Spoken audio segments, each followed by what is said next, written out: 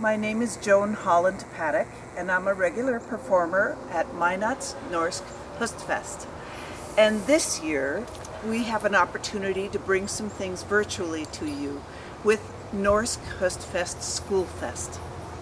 I'm going to be talking about some of the folk instruments of Norway and Nordic countries, and especially that about the lure.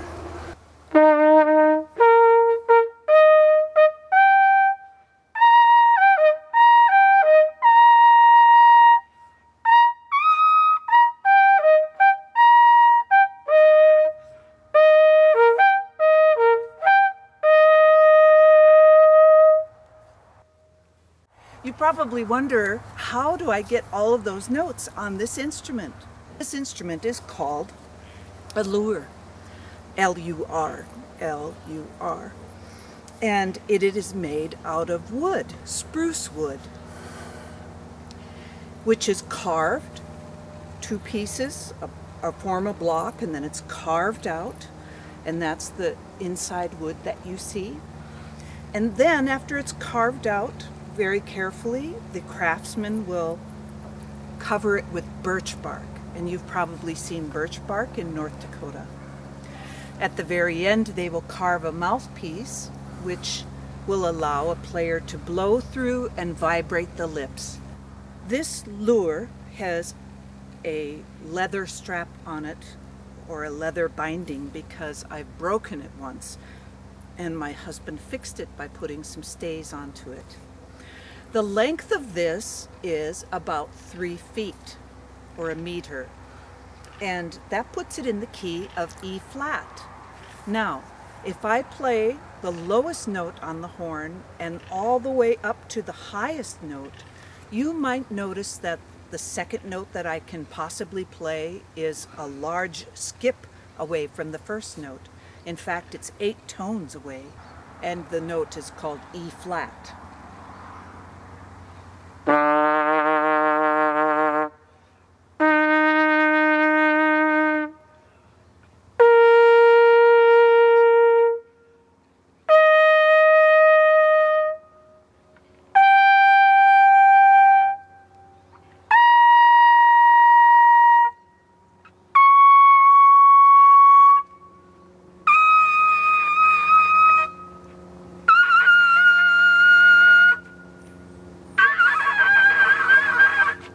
And that's just about as far as I can go with this. So, those are the natural harmonic series of this instrument.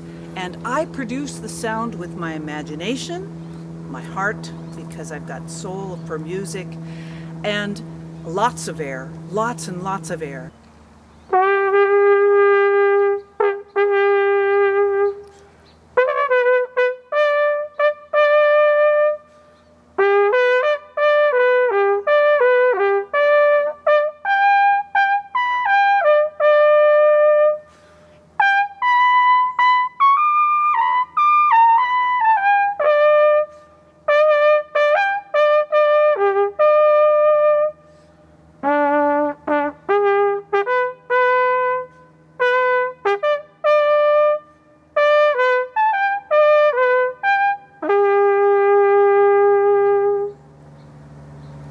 So this lure is taller. It's almost 5 feet tall. And this lure was a gift to me from Norsk Høstfest longtime performer and friend, Bob or Gus Gustafsson. And his background is Swedish. And so this lure is actually from Sweden, whereas mine, which was in the key of E flat, was made in Norway. It's the same principle. This lure, which is in the key of G because of its length, is also made out of spruce, a natural resource from Scandinavia, grown not only in Sweden and Norway, but also Finland. And then the birch tree, which from its bark, it's used to wrap around this instrument.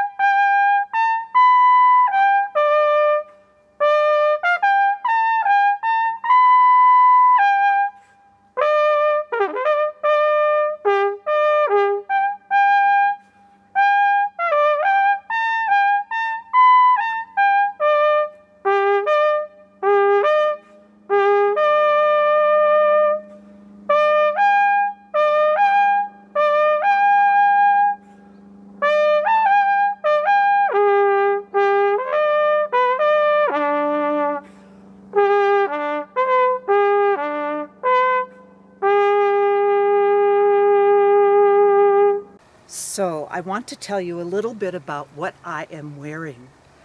This is Nordlands bunad. You can see that it has thistles or flowers embroidered onto it. In fact, they are embroidered all the way around the bottom of the skirt and even on the back underneath the scarf. Can you see that? Those thistles are everywhere. For example, on the jewelry of the ring, the jewelry of the cufflinks, and the jewelry of what holds the kerchief on in place. They all have that thistle. This is Nordlands bunad. Nordland is a county in Norway. Norway is a very long country with several counties, and each county has its own folk bunad. Nordland, in northern part of Norway, has this bunad in both green and a deep blue. And the deep blue is for those who are by the coast, Høstbunaden, and this is for agriculture. My mother's family came from Korgen in northern Norway, and Korgen is just a very little bit south of the Arctic Circle. And I want to point out these items. This is a sulja. Each one of these is a sulja, and you spell that S-O-L-J-E, sulja. What the myths say, or folklore says, is that these little cups will catch the sun and they will keep away evil, especially the evil of the trolls.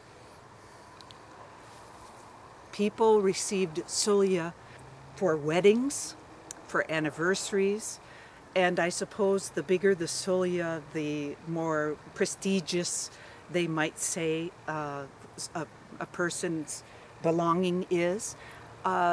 This is just prestigious because my son gave it to me. This belonged to my grandmother, the middle one, and the top one belonged to my mother. I think that there was one more thing that I wanted to mention. There is a hat that goes with this bunad, but I am not wearing it right now. Perhaps you'll catch me in it sometime. Almost all girls in the 1600s in Norway, in the fjords, in the mountains, it was their responsibility, along with some shepherd boys, to take care of the animals in the summertime. They were called seter girls. They stayed on the seter. And the lure was very practical to have because they could communicate with each other. Also, they could tell whether or not their flock was in danger. So this instrument is even typical now. It's not so old-fashioned. You will still see it on the seter in the summertime.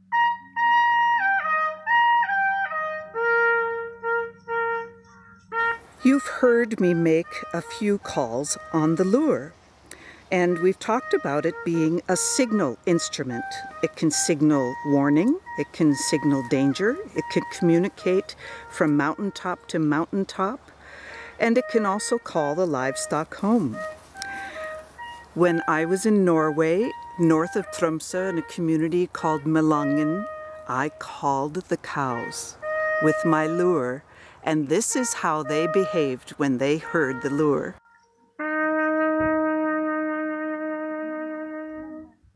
My faculty lecture is about Prillar Guri, the girl who at 17 years old saved Norway from Scottish invasion in the year 1612. This statue that you see here on the front cover is of Prillar Guri. And this is a statue that is made by craftsmen in Norway, and it's sold at every tourist shop. The lure, if you can see, is an instrument. Actually, you can't see that it's an instrument. It looks maybe like a cane or a staff, but it has a bell. What's most important is that it has a mouthpiece that's very similar in size to the cornet or the trumpet, or a conch shell, or a shofar, or any one of those kinds of early signal instruments. In 1986-87, I was a Fulbright scholar to Norway, and I had an opportunity to do lots of performing, and I was studying the trumpet music of Norwegian composers at the Norwegian State Academy of Music with Professor Harry Kvebekk. I bought this instrument in Trondheim, Norway, and saw it at a husflid store, which means housewares, things for the home.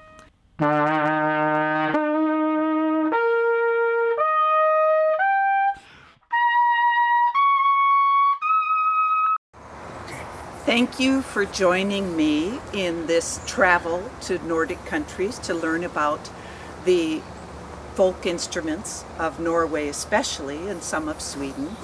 We've learned about the lure. This is what the cow horn sounds like.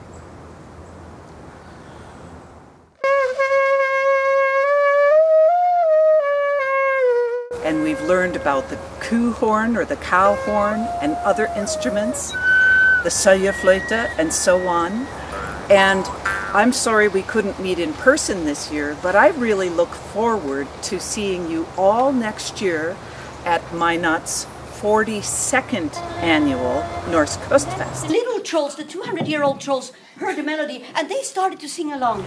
In the meantime, I want to share some footage with you from the presentation of the Cultural Bridge in San Diego, where we were with children, students in a class, and as well we visited the Sons of Norway. I leave you with another fanfare.